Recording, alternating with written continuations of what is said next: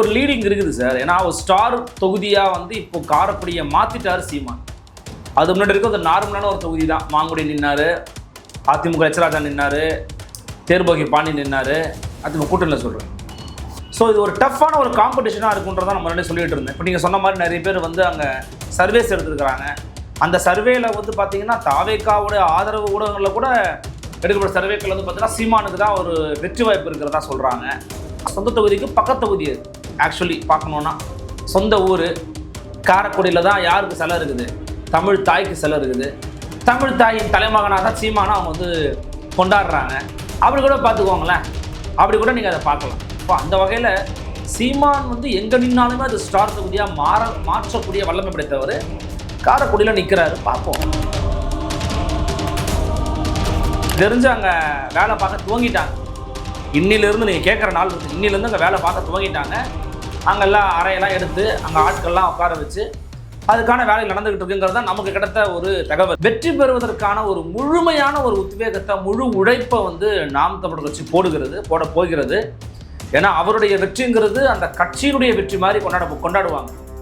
ஏன்னா கட்சி பெருசாக இருக்குது, ஆனால் யாருமே ரெப்ரசன்டேஷன் இல்லையேங்கிற ஒரு பேச்சு இருக்குல்ல.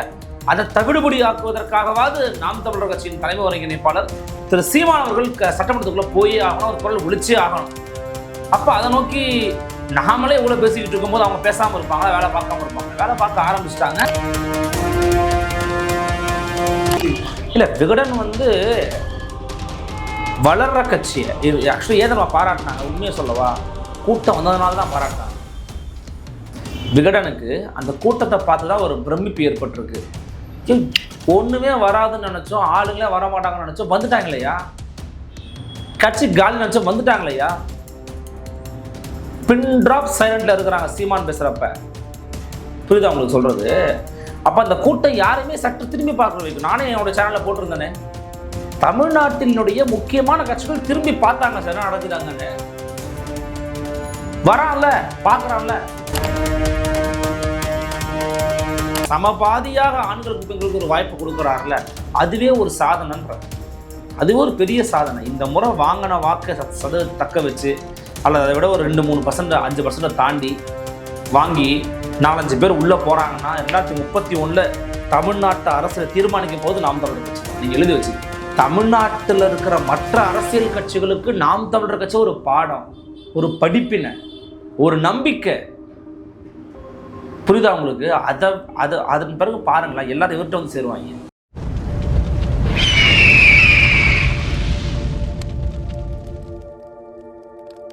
அரசியல் கருத நேயர்களுக்கு வணக்கம். இன்று நம்மோடு இணையும் சிறப்பு ஊடகவியலாளர் அருண்மொழிவர்மன் அவர்கள். வணக்கம் சார். வணக்கம் தம்பி. சார், சீமான் அவர்கள் காரைக்குடியில் தான் நிற்க போகிறதா மாற்றுத்திறன் மக்களின் மாநாட்டில் அறிவிச்சிருந்தார். அதைத் தொடர்ந்து அங்கே கருத்து கணிப்புகள், கருத்து கேட்புகள், இந்த மாதிரி பல விஷயங்கள் நடைபெற தொடங்கியிருக்கு. அதில் குறிப்பாக மக்கள் கருத்து கேட்பில் சீமானுக்கு ஆதரவான அலை வீசுவது அது வெட்ட வெளிச்சமாக தெரியுது. இதை தொடர்ந்து ரெட்டிகள் நிறுவனம் எடுத்த சர்வேல சீமான் அவர்கள் வெற்றியை பறிப்பதற்கான சூழல் உருவாகியிருக்கு அப்படின்ற ரிசல்ட்ஸ் வெளியே வந்திருக்கு. எப்படி பார்க்குறீங்க இதை? இல்லை, அவருக்கு ஒரு லீடிங் இருக்குது சார். ஏன்னா ஒரு ஸ்டார் தொகுதியாக இப்போ காரைக்குடியை மாற்றிட்டாரு சீமான். அது முன்னாடி இருக்க ஒரு நார்மலான ஒரு தொகுதி தான். மாங்குடி நின்னாரு, அதிமுக எச்ராஜா நின்னாரு, தேர்போகி பாண்டி நின்னாரு, அதிமுக கூட்டணியில் சொல்கிறேன். இப்போ ஒன்றா பிரபுன்னு ஒருத்தர் தாவேக்கால மருத்துவராக இருக்கிறாராம். அவர் அங்கே சில வேலைகளை பார்த்துக்கிட்டு இருக்கிறாரு. ஸோ அவர் கொஞ்சம் ஓட்டை பிரிப்பார். அவரும் ஜெயிக்க முடியுமான்னு எனக்கு தெரியல.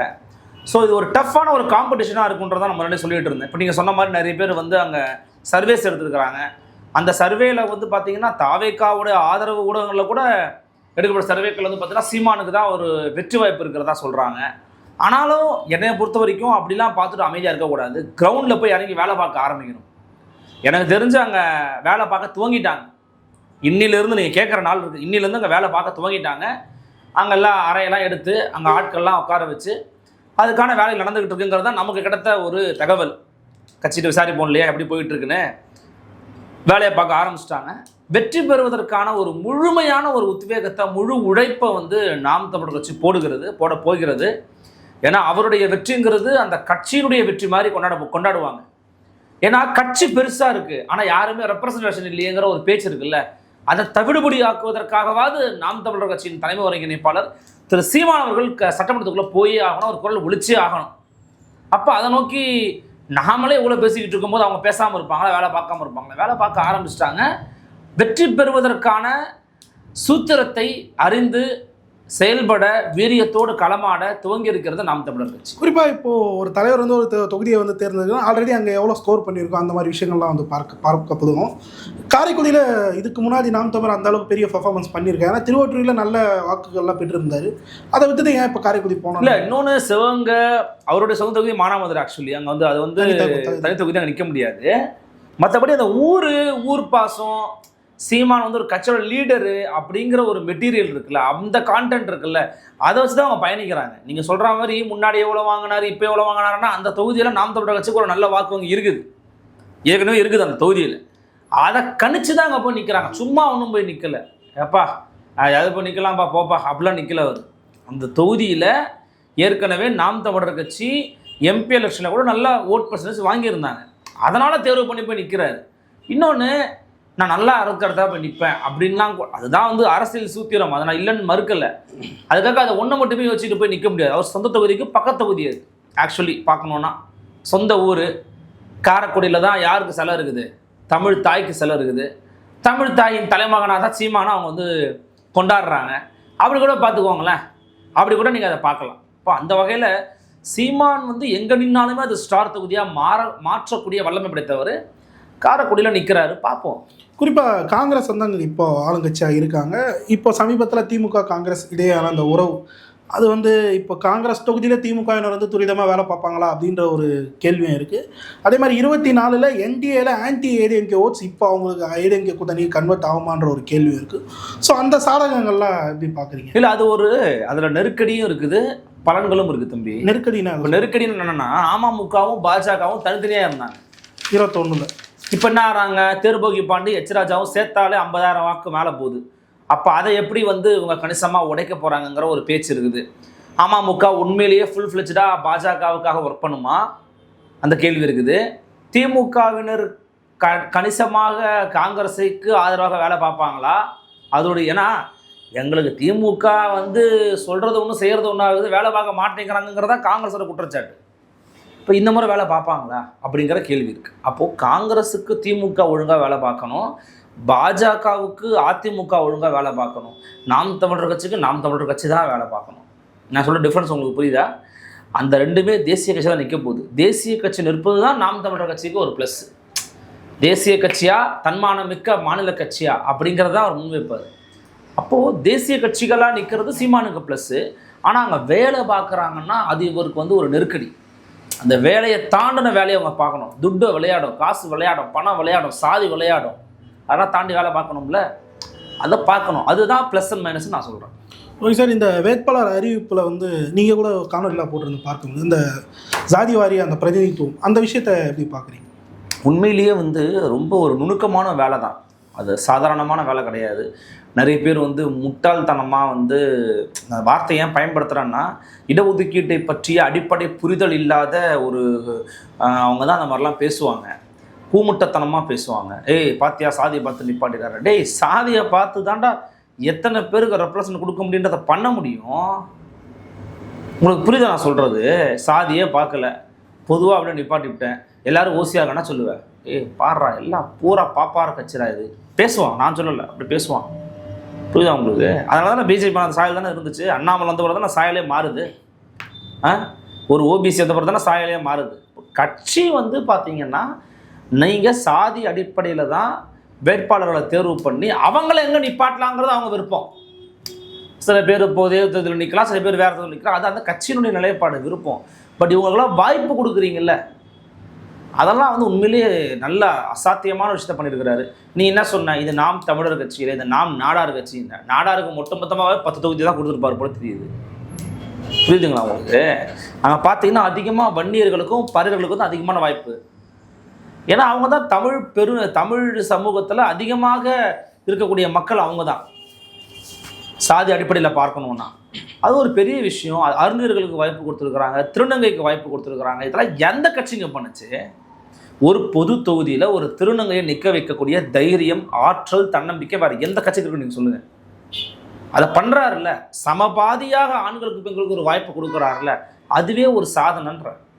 அது ஒரு பெரிய சாதனை. இந்த முறை வாங்கின வாக்கை சதவீதத்தை தக்க வச்சு, அல்லது அதை விட ஒரு 2-3%, 5% தாண்டி வாங்கி 4-5 பேர் உள்ளே போகிறாங்கன்னா 2031 தமிழ்நாட்டு அரசியல் தீர்மானிக்கும் போது நாம் தமிழர் கட்சி தான். நீங்கள் எழுதி வச்சுக்கங்க. புரியுது சார். இப்போ ஆனால் விமர்சனங்கள் ஒரு பக்கம், அந்த வேட்பாளர் தேர்வை நீங்கள் சொன்ன மாதிரி எதிர்கட்சிகள் வந்து விமர்சனத்தை வந்து வைக்கிறாங்க. என்ன வைக்கிறாங்க? அதான் இப்போ ஒரு குறிப்பிட்ட ஜாதிக்கு நிறைய தராங்க, அந்த மாதிரி விமர்சனம். யார் சொன்னது அந்த மாதிரி? எதிர்கட்சிகள் பல எந்த கட்சிகள், எந்த கட்சிக்கு எந்த சாதி கொடுத்துட்டாங்க? அப்படி நீங்கள் சொன்ன குறிப்பிட்டு சொன்ன மாதிரி நாடாருக்கு வந்து அதிகமாக கொடுத்துருக்காங்க, விமர்சனம் பண்ணியிருக்காங்க. ஆனால் வந்து இந்த விஷயத்தில் என்னென்னா, எப்போவுமே சீமான் அவர்களை விமர்சனம் பண்ணக்கூடிய விகடன் வந்து இந்த டைம் அவங்கள பாராட்டுனதெல்லாம் பார்க்க முடியும். இந்த விஷயத்தை எப்படி பார்க்குறீங்க? இல்லை, விகடன் வந்து வளர்ற கட்சியை ஆக்சுவலி ஏன் நம்ம பாராட்டினாங்க? உண்மையை சொல்லவா, கூட்டம் வந்ததுனால தான் பாராட்டினாங்க. விகடனுக்கு அந்த தார்மீக எண்ணம் எப்போதும் இருக்கும். அது யார் எழுதுனாங்க கூட எனக்கு தெரியும். விகடனுக்கு அந்த கூட்டத்தை பார்த்து தான் ஒரு பிரமிப்பு ஏற்பட்டிருக்கு. ஒன்றுமே வராதுன்னு நினச்சோம், ஆளுங்களே வரமாட்டாங்கன்னு நினச்சோம், வந்துட்டாங்களையா. கட்சி காலி நினச்சோம், வந்துட்டாங்களையா. பின் ட்ராப் சைலண்டில் இருக்கிறாங்க சீமான் பேசுகிறப்ப. புரியுதா உங்களுக்கு சொல்கிறது? அப்போ அந்த கூட்டம் யாருமே சற்று திரும்பி பார்க்க வைக்கும். நானே என்னோட சேனலில் போட்டிருந்தேனே, தமிழ்நாட்டினுடைய முக்கியமான கட்சிகள் திரும்பி பார்த்தாங்க சார் என்ன நடக்குதாங்கன்னு. வரான்ல, பார்க்குறான்ல. அடுத்த மாதம் இந்த மாதம் வந்து பார்த்தீங்கன்னா திருச்சியில் அதே பகுதிக்கு பக்கத்தில் திமுக கூட்டம் போடுது தெரியுமா? திருச்சிங்கிறது தமிழ்நாட்டின் மையப்பகுதி, தமிழ்நாட்டை திரும்பி பார்க்குற இடம். அங்கே கொடுத்த போடுறான், என்ன சாதாரண விஷயமா? அதனால தான் விகடன் அந்த மரியாதை கொடுத்து எழுதியிருக்கிறாங்க. நம்ம அதை தான் நம்ம பார்க்கணும். விகடன் விமர்சிக்கவும் தவறுனது கிடையாது, ஆதரிக்கவும் தவறுனது கிடையாது.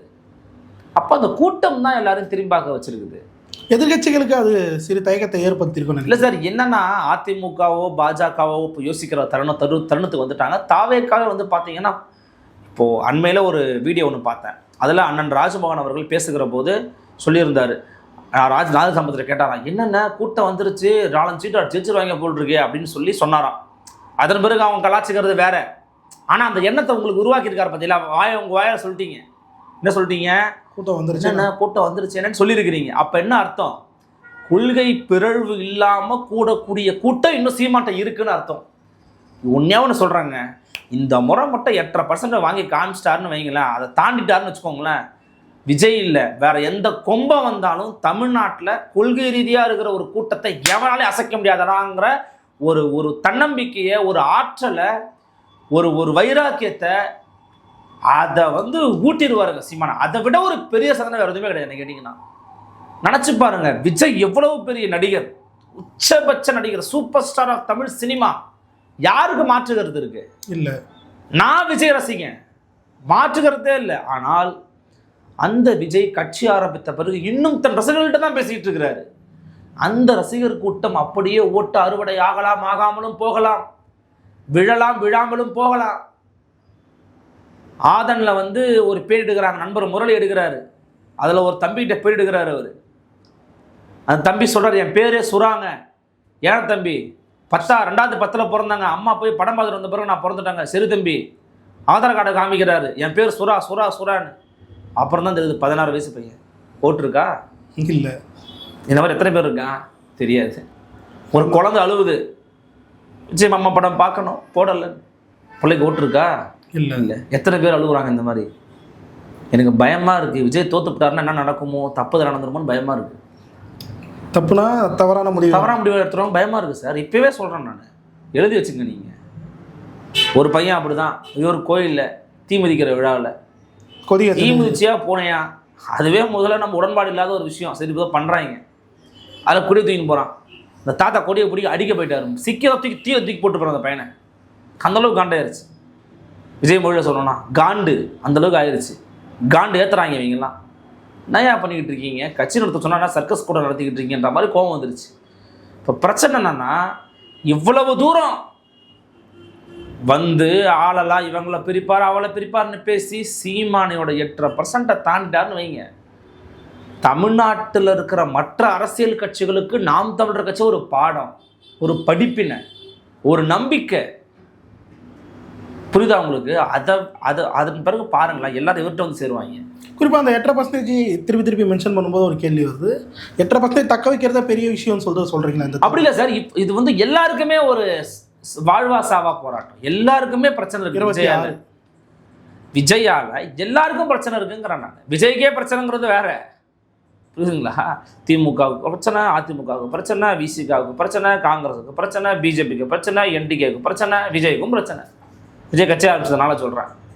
அப்போ அந்த பிரச்சனை தாண்டி தக்க வைக்கிறதுன்னு இருக்குல்ல, சாதாரண நான் ஏற்கனவே உங்களுக்கு பேட்டில் சொல்லியிருக்கேன். அவர் கூடலாம், கூடுவதில் ஒரு சறுக்கலை விஜய் ஏற்படுத்தலாம், நம்மளால் சொல்ல முடியாது. அல்லது தன்னுடைய ஆதரவாளரோடு சேர்ந்து அவர் அடுத்த கடத்தை நோக்கி புலி பாய்ச்சலாக கூட மாறலாம். அப்படி மாறினார்னா அது மிகப்பெரிய சாதனைன்னு நான் சொல்கிறேன். நான் வந்து அதுவே ஒரு கஷ்டங்க அப்படிலாம் சொல்லலை. நெருக்கடி காலச்சூழல் அப்படி இருக்குங்கிறத நான் அவங்களுக்கு தெரியப்படுத்துகிறேன், வேற ஒன்றும் இல்லை. இதை தொடர்ந்து இன்னைக்கு காலையில் நடந்த ஒரு விஷயம், முன்னாள் முதல்வர் 3 டைம் வந்து முதலமைச்சராக இருந்த ஓபிஎஸ் அவர்கள் எதிர்பாராத விதமாக திமுக கூட்டணியில் போய் இணைஞ்சிருக்காரு. கிட்டத்தட்ட பாஜக வழியாக தெரியாம ஒரு அறிவாலயம் பக்கம் போயிட்டார், தூக்கி போடாத மாதிரி சொல்றீங்க. எதிர்பார்த்தது தான் சார். சொல்லுங்க. இல்லை, அவர் குறிப்பாக பாஜக வழியாக அவர் என்டிஏல இணையலான்ற மாதிரி தான் பேச்சுக்கள் முதல்ல. இப்போ பாஜக வழியாக திமுக இணைஞ்சிருக்கிறாரு, அதானே? ஆமாம். இப்போ என்ன கேள்வினா, ஓபிஎஸ் போனதுனால அதிமுக எதனா சரிவை சந்திக்குமான்னுட்டு ஒரு கேள்வியாகவே இருக்குது. ஏன்னா சந்திக்க மாட்டாங்கன்றது வெட்ட வெளிச்சமாக தெரிஞ்ச ஒரு விஷயம். ஏன்னா ஆல்ரெடி அவர் கட்சியில் இல்லை அப்படின்னு சொல்லப்படுது. திமுகவுக்கு அது லாபத்தை சேர்க்குமான்ற ஒரு கேள்வி இருக்குது. எப்படி பார்க்குறீங்க? ஓபிஎஸ் போய் சேர்ந்தனால அதிமுகவே பாதியாயிடுச்சு சார். 20-10 ஆயிடுச்சுன்றீங்க. அதிமுக என்ன போகுதுன்னு தெரில, நிற்க ஆள் வேற இல்லை, தேனியில் முக்கோலத்தோர் ஃபேஸும் முடிச்சு போச்சு சார். அவ்வளோதான், அதிமுக கதை காலி. இப்பெல்லாம் பேசுவோம் எதிர்பார்த்துக்கிட்டு இருந்தார் ஓபிஎஸ். ஒருத்தங்க கண்டுக்கல. இந்த ரோட்டில் போகிறாங்க, அறிவாலயம் பக்கத்தில் தான் இருக்கிறோம் நம்ம. ஒரு ஆட்டோக்கார்ட்ட போனேன், ஒரு ஆட்டோக்கார்ட்ட தான் போயிட்டேன், பக்கத்தில் ஒரு பேட்டிக்காக போனேன். அந்த ஆட்டோக்கார் சொல்கிறார், என்ன சார் வாழ்நாள் முழுக்க எதிரின்னு சொன்னவன்கிட்ட போய் சேர்ந்துட்டா அப்படி இவரு மதிக்க மாட்டான் சார். அம்மா வந்துருந்தாங்கன்னா அவள் தான் சார் குத்தி போட்டிருப்பாங்க சார் இவங்களெல்லாம் பேசுகிறார். யார்? சாதாரண காமன் மேன், ஒரு ஆட்டோ ஓட்டுநர் அண்ணன், சாதாரணமாக அரசியலை பார்க்குறவர் சொல்கிறாரு. மதிப்பாங்களா? ஓபிஎஸ் நிழல் கூட அவரை மதிக்காது, மன்னிக்காது. உங்களுக்கு வேறு வழி இல்லாமல் இருந்திருக்கலாம். அப்படி தான் சூஸா? இதுதான் உங்களுடைய தேர்வா? உங்கள் வாழ்நாள் எதிரின்னு சொன்ன இடம் சார் திமுக. எம்ஜிஆர், ஜெயலலிதா அப்படின்னு வாழ்ந்தீங்களே சார். சாதாரணமான நபராக இருந்த பன்னீர்செல்வத்தை தமிழ்நாட்டின் முதலமைச்சராக மாற்றியது எந்த சின்னம்? எந்த கட்சி? எந்த கட்சி சார்? அந்த அதிமுக விட்டு நீங்க விலகுறீங்க அப்படின்னா கூட யாரும் சொல்லலை. ஆனா அந்த விலகல் அப்படிங்கிறது போயும் திமுகவில் போய் சேர்றீங்களேன்னு உங்களை பார்த்து இன்னைக்கு 4 பேர் கேட்குற நிலைமைக்கு நீங்க மாறிட்டீங்கன்னா இது உங்க சொந்த முடிவாக இருக்கலாம். அந்த முடிவு நாளைக்கு உங்களுக்கு ப்ளஸ்ஸாக மாறலாம், நீங்கள் ஜெயிக்கலாம், தோக்கலாம். 2வது, ஆனால் பப்ளிக் பர்செப்ஷன் என்னவா மாறும்னா, இப்படி பண்ணிட்டீங்களே பன்னீர்செல்வம், இப்படின்னு தான் மாறும். இப்படி தான் மாறும். இது வந்து ஓபிஎஸ்க்கு ஒரு பக்கம். இப்படி எடப்பாடி ரூட்டு கிளியர், துரோகிகள் போயிட்டாங்கன்ற மாதிரி. துரோகி எதிரி எவனுமே இல்லை சார் எதிரில். இப்போ யாரெல்லாம் சொல்லுங்க. ஓபிஎஸ் என்னானாரு? திமுக போட்டாரு, முடிஞ்சு போச்சு. டிடிவி என்னானாரு? கூட்டணிக்குள்ள கட்சியாக வச்சாச்சு, பிரச்சாரம் பண்ணவே போயிட்டாரு. சசிகலா என்னாங்க? அதிமுகவின் பொதுச் செயலாளர் நான் தான் பேசிட்டு இருந்தாங்க, தனி கட்சி அமைச்சு கத்திக்கிட்டு இருக்காங்க ஒரு ஓரமா. முடிஞ்சு போச்சு, 3 பேரும் முடிச்சு விட்டாச்சு. பிஜேபி 30 சீட்டு கேட்டு தொங்கிக்கிட்டு இருக்கேன், எப்படியாச்சும் கொடுங்க ஐயா, ஐயா சீட்டு கொடுங்க ஐயா. கட்சி கட்டுப்பாட்டுக்குள்ள வந்தாச்சு, முடிஞ்சு போச்சு. எடப்பாடியினுடைய இந்த ஈகோன்னு கூட சொல்லுங்க, அது வெற்றி பெற்றுச்சு. பட் எடப்பாடி எடப்பாடி இறங்கி வந்திருக்கலாமா? மேபி வந்திருக்கலாம், மேபி. அவர் என்ன நினைச்சாலும் உங்களுக்கு தெரியாது. ஏன்னா எந்த நிபந்தனையும் இல்லாமல் நான் சேர தயாருன்னு சொன்னார் ஓபிஎஸ். அவர் சொன்னவரை அவர் நிராகரிச்சிட்டார். அவருடைய காரணம் என்னன்னா, இவர் சேர்த்தாலும் பிரச்சனை தான், இவர் திருப்பி விசுவாசமாக இருக்க மாட்டாருன்னு நினைக்கிறாரு. இன்னொன்று, ஓபிஎஸ் இபிஎஸ் கூட இருக்கிற எல்லாருமே ஓபிஎஸ் திட்டுறாங்க. இப்போ சிபி சண்முகம்லாம் பாருங்களேன், துரோகி பேசலாம் ஒரு பேச்சு போங்க அப்படின்றார், துரோகின்றார். எதிரியோட துரோகி ஆபத்தானவங்கிறார். இன்னொன்று, ஓபிஎஸ் யாருக்குமே என்றைக்கும் விசுவாசமாக இருந்தது கிடையாது. என்னைக்காச்சும் இருந்துருக்கிறாரா? இல்லை. ஏன் அப்படி பண்ணுறாரு? அப்போது அவருடைய சேர்க்கையால் ஒன்றும் அதிமுகவுக்கு ஒரு பெரிய ப்ளஸ்ன்னு நான் சொல்லலை. ஒரு 10 ஓட்டு 5 ஓட்டு போகிறதுன்றதுனால அதிமுகவுக்கு மைனஸ் தான். பட் அது அவங்க வேறு ஆட்களை வச்சு அவங்க வந்து சரிப்படுத்தணும், நெறிப்படுத்தணும். அந்த வேலையை அதிமுக பார்க்கணும்னு நினைக்கிறேன். பட் இதனால் ஒரு பெரிய இழப்புலாம் நான் அதிமுக சொல்ல வரல. இறுதியாக ஒரே ஒரு கேள்வி தான். கடந்த முறை 20 தொகுதிகளில் போட்டிட்டு 4 தொகுதிகளில் வந்து பாஜக வின் பண்ணியிருந்தாங்க. சமீபத்தில் நயனா நாகேந்திரன் வந்து பேசும்போது 20 தொகுதியில் நம்ம வந்து வெற்றி பெற்று ஆக வேண்டும் அப்படின்ற ஒரு விஷயத்தை வந்து சொல்லியிருக்காரு. கூட்டணியில் எத்தனை தொகுதிகள் வந்து கேட்பாங்க? 23 சீட்டு கொடுத்தா ஆச்சரியம். 23 சீட்டு கொடுத்தா என்டிஏவுக்கு டோட்டலாக பிஜேபி கூட வரவெல்லாம் சேர்த்தா 23 தான். இன்னும் சார் 18 எடுத்துருக்காங்க மக்களவை தேர்தலில். எடுக்கட்டும், என்ன எடுத்தாங்க? 18 யாரால் எடுத்தாங்க? டிடிவி யார்? பிஎம்கே யார்? ஓபிஎஸ் யார் எல்லாம் சேர்த்து தானே சார், சும்மா கதை விடாதீங்க 18 யாரை ஏமாத்துறீங்க, அதெல்லாம் கிடையாது. அப்போ எனக்கு 23 சீட்டு கொடுக்கலாம் சார் அவங்களுக்கு. 23 கொடுத்தாங்கன்னா டிடிவி அண்ணனுக்கு மற்றவங்களாம் சேர்த்து ஜான் பாண்டியன் ஏசி சண்முகம் போதும், 23 ஜெயிச்சா போதும். 23 எவ்வளோ ஜெயிக்கிறாங்கன்னு பார்ப்போம், அதுவே அதிகம் அவங்களுக்கு. ஆனால் 38 பார்கெயின் பண்ணுறதா கேள்வி இல்லை, அதெல்லாம் வாய்ப்பு இல்லை சார். 38 தர மாட்டாங்க. 38 வாய்ப்பே எடப்பாடி கொடுக்கவே மாட்டார். எடப்பாடி ஒரு டஃப் நெகோஷியேட்டர் சார். நீங்கள் உட்காந்து பேசும்போது அந்த எடப்பாடி பழனிசாமிகிட்ட போன தடவை ஏதோ ஒரு பேசும்போது ஹோட்டலில் பேசும்போது எல்முருகன் தான் இப்போ தலைவர். 70 சீட்டு கேட்டாராம். பொருளப்பா 7 புரியல, என்னது 7 சீட்டா அப்படின்னா, சார் 70 சார், உட்காருப்பா உட்காரு அப்படின்னு பேசணும் அப்படி. அதனால் அவருக்கு தெரியும் எங்கே அடைக்கணும் எங்கே முடிக்கணுன்றது தெரியும், அதை முடிச்சிருவாங்க. இப்போ இறுதியாக ஒரே ஒரு கேள்வி தான். இப்போது தாவேகாவுக்கு இருக்கக்கூடிய ஒரே ரோட்டு மக்களை அணுகிறது வந்து அவரோட அந்த நிர்வாகிகள் கூட்டமும், அது இல்லாமல் டிபேட் ஷோக்களில் அவங்களோட நிர்வாகிகள் கலந்து வந்து பேசுகிறது தான். நிர்வாகிகள் கூட்டத்தில் பல அடக்குமுறைகளை வைக்கிறாங்கன்னு சொல்லிட்டு விஜய் வந்து கிளைம் பண்ணுறாரு. அது ஒரு பக்கம் இருக்குன்னா, இப்போ வந்து தங்கள் கட்சியோட நிர்வாகிகள் வந்து எந்த டிபேட் ஷோக்கள்லையோ இல்லை யூடியூப்பில் பேட்டி கொடுக்குறதோ இருந்தாலும் கட்சியோட முன் அனுமதி வாங்கி தான் கொடுக்கணும் அப்படின்ற ஒரு விஷயத்தை வந்து அலுவலகம் மூலமாக சொல்லியிருக்காங்க. எப்படி பார்க்குறீங்க? எல்லா விஷயமும் இப்போ முட்டுக்கத்தையாக வந்து நிற்கிது. இல்லை, ரொம்ப திறமையானவங்க இருந்தாங்கன்னா விட்டுருவாங்க. இங்கே இப்போ தான் பசங்க, சின்ன பசங்க எல்லாருமே, ராஜமோகன் அண்ணனை தவிர மிச்சம் எல்லாருமே சின்னவங்க தான், இப்போ யங்ஸ்டர்ஸ் தான் அவங்களாம். ஸோ என்ன பேசணும் என்ன தெரியாமல் பேசிடுறாங்களா. இப்போ நேற்று முன்னாடி நேரத்தில் ரொம்ப ட்ரோல் ஆயிடுச்சு. சூர்யா வெற்றி கொண்டான் அவர்களை வந்து போட்டு ஸ்ட்ரோல் பண்ணிட்டாரு. ஒரு விஷயம் இந்த மாவன கார்த்திகை முத்து கூட எல்லாரும் சிரிக்கிறாங்க, சிரிப்பாக சிரிக்குது. அது ஒரு மாதிரி அசிங்கம் தானே. அது முஸ்தபான்னு ஒருத்தர் இருக்கிறாரு, அவர் தாவேக்கு ஆதரவாளராக போட்டுக்கிறாரு. போகிற இடத்துலலாம் ஒரே கண்ணு பேசிக்கிட்டே இருக்கிறாரு, வேறு எதுவும் தெரியல. அவர் பாவம் கஷ்டப்படுறாரு. இப்போ அவரெல்லாம் ஏன் வர வைக்கிறாங்க, எதுக்கு அனுமதிக்கிறாங்கன்னு தெரியல. அப்போ கட்சிக்கு இது ஒரு அவமானத்தை கொடுக்குதுல தொடர்ச்சியாக. எனக்கு தெரிஞ்சவங்க இப்போ ரொம்ப நாளாக ஃபீல்டில் இருக்கிறவர், இப்போ பொலிட்டிக்கல் ஃபீல்டில் ஒரு பத்திரிகையாளர் ஃபீல்டில் இருந்தவர் ஃபெலிக்ஸ் அலுவல் சார் இருக்கிறாரு. மற்றபடி எல்லாருமே நியூ ஃபேஸஸ் தான். அவங்களாம் எப்படி ஹேண்டில் பண்ணணும்னு தெரியாது. ஒரு தடவை ஃபெலிக்ஸ் அவர்களே ஒரு ஊடகத்தில் பேசும்போது, எனக்கு சின்ன குழந்தைங்க ஏன் இப்படி அடிக்கிறீங்கன்னு கேட்டார். அதுவே கூட நிறைய பேர் ட்ரோல் பண்ணாங்க.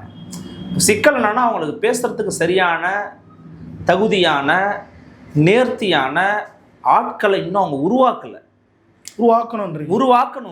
யாராக இருந்தாலும் உருவாக்கணும்ல. அல்லது போய் கொஞ்சம் மாட்டிக்கிறாங்கன்னு அவங்க ஃபீல் பண்ணுறாங்க. எதுக்கு தேவையில்லாமல் போகிறீங்க, வேண்டாம் விட்டுருங்க, நம்ம வேலையை பார்ப்போம். நம்ம யூடியூப் சேனல் ஒன்று வச்சுருக்கோம், இப்போ தனியாக ஒன்று ஆரம்பிச்சிருக்காங்க, பொது சேனல் மாதிரி வச்சு ஆரம்பிச்சிருக்காங்க, அதிலே பேசிக்கிடுவோம் அப்படின்னு நினைக்கிறாங்க. அவங்க அதில் பேசிக்குவாங்க. அதை தான் ஸ்டாப் பண்ணியிருக்காங்க. ஆனால் இப்போ பீப்புள் எப்படி தங்கள் கருத்துக்களை கொண்டு போய் விஜய் தான், விஜய் வீட்டு விஜய் போயிட்டாருல, அது போதும் நினைக்கிறாங்க. அவங்கள பொறுத்த வரைக்கும் சார் விஜய் தான் சார் ஃபேஸு. ஃபெலிக்ஸ் செரால்டோ, அனந்தஜித்தோ, சம்பத்தோ, இவங்களாம் லயலாமணிகளாம் ஃபேஸ் கிடையாது, ராஜமோகன்லாம் ஃபேஸ் கிடையாது. விஜய் தானே ஃபேஸு. விஜய் தான் போய் சேர்ந்துட்டார். அப்போ இருந்து லயலாமணி போய் சேரணும். லயலாமணி போய் சேரது முக்கியமாக, விஜய் சேரது முக்கியமாக? நீங்கள் சொல்லுங்கள். விஜய் போய் சேரது முக்கியம், அதுதான் அவங்களுக்கு. ஆனால் கிரவுண்ட் லெவலில் நீங்கள் சொல்கிறது தான் உண்மை. லயலாமணி போய் சேரணும், லயலாமணி போய் சேரணும். லயலாமணி நல்லா பேசுவாரியா, அவர் வந்து கட்சிக்காரியா? ராஜமோகன் நல்லா பேசுவார்ப்பா, கட்சிக்காருப்பா. அவர் அனந்தஜித் சிறப்பாக பேசுவார்ப்பா, கட்சிக்காருப்பா அவருன்னு தெரியணும். அது தெரியறதுக்கே வாய்ப்பு கொடுக்க மாட்டீங்கன்னா புஷ்ஷுன்னு போக வேண்டியது தான். ஓகே சார், பல்லர் கேள்வி தெளிவாக இருந்துச்சு. நன்றி சார், நன்றி.